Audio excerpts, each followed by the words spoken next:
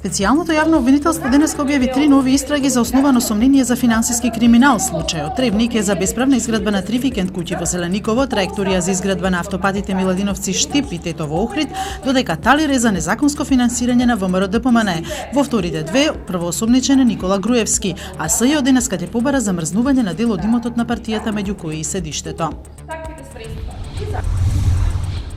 Отворена е стечајна постапка за фирмата Графички центар, а за стечајен управник е назначен Симон Михајловски. Одлуката на Основниот суд Скопје 2 денеска објавена во Централниот регистар. Графички центар е собственик на Медија Принт Македонија, издавач на весниците Дневник, Утрински весник, Вест, Македонски спорт, Теа Модерна и порталот Телеграф.